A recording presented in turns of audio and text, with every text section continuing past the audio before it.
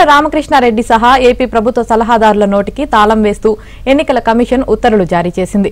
వారంతా ఎన్నికల code పాటించాలంటూ GAD political secretary ఆదేశాలు జారీ చేశారు. మంత్రులతో సమానంగా సలహాదారులకు ఎన్నికల నియమావళి వర్తిస్తుందని కేంద్ర ఎన్నికల సంఘం స్పష్టం చేసింది. రాష్ట్ర ప్రధాన ఎన్నికల అధికారికి సమాచారం పంపించింది. వెంటనే సమాచారం అందుకున్న రాష్ట్ర ప్రధాన అధికారి సలహాదారులకు సమాచారాన్ని చేరవేయాలని పొలిటికల్ సెక్రటరీకి ఆదేశాలు జారీ చేశారు. ఈ దెబ్బతో నిన్నటి వరకు ఎలక్షన్ నియమావళితో సంబంధం లేకుండా మాట్లాడిన సలహాదారుల నోటికి కళ్లెం వేసినట్లు అయింది.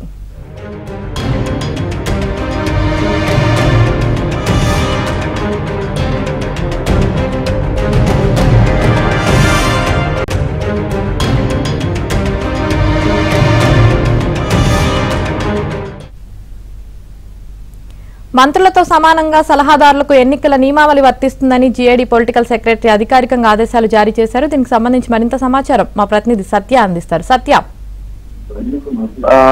ఎవరైతే సలహాదారులు ఉన్నారో ప్రభుత్వంలో సుమారు 40 మంది, వీరందరికీ కూడా ఎన్నికల ప్రవర్తన నియమావళి వర్తిస్తుందని 2 రోజులకు ముందే కేంద్ర ఎన్నికల సంఘం స్పష్టం చేసింది. అయితే దీనికి సంబంధించి రాష్ట్ర ప్రభుత్వం నుంచి స్పష్టమైన ఆదేశాలు ఇవ్వాలని కూడా ఆదేశించడంతో దీనికి సంబంధించి జీఏడీ పొలిటికల్ సెక్రటరీ యువరాజ్ స్పష్టమైన ఆదేశాలు జారీ చేశారు.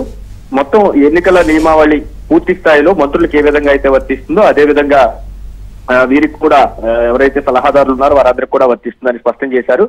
ముఖ్యంగా సలహాదారు సజ్జల ఎవరైతే ఉన్నారో ఆయన ప్రతిరోజు కూడా నిత్యం ప్రెస్ మీట్లు పెడుతూ విపక్షాలపై విరుచుకుపడుతున్నారు, విమర్శలు చేస్తున్నారు. దీనిపైన అనేకమైనటువంటి ఫిర్యాదులు విపక్షాల నుంచి ఎన్నికల సంఘానికి అందిన నేపథ్యంలో ఎన్నికల సంఘం దీనిపై పరిశీలిస్తామని చెప్పిన నేపథ్యం ముందుగా సీఈఓ రాష్ట్ర ప్రధాన ఎన్నికల అధికారి ఈ సలహాదారుల వ్యవహారంలో పూర్తి స్థాయిలో కేంద్ర ఎన్నికల సంఘానికి నివేదిక పంపిన తర్వాత తమ నిర్ణయం ప్రకటిస్తామన్నారు.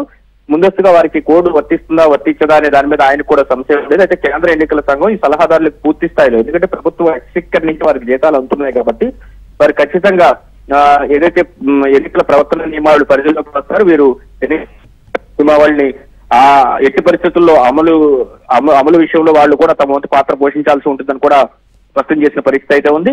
ఏపీ ప్రభుత్వ అడ్వైజర్లు కూడా మంత్రులతో సమానంగా ఎన్నికల ప్రవర్తన నియమావళి వారికి అమలు అవుతుంది. ఈ మేరకు ఈ రోజు రాష్ట్ర ప్రధాన ఎన్నికల అధికారికి అందిన సమాచారం మేరకు ఆయన రాష్ట్ర ప్రభుత్వానికి సమాచారం అందించారు.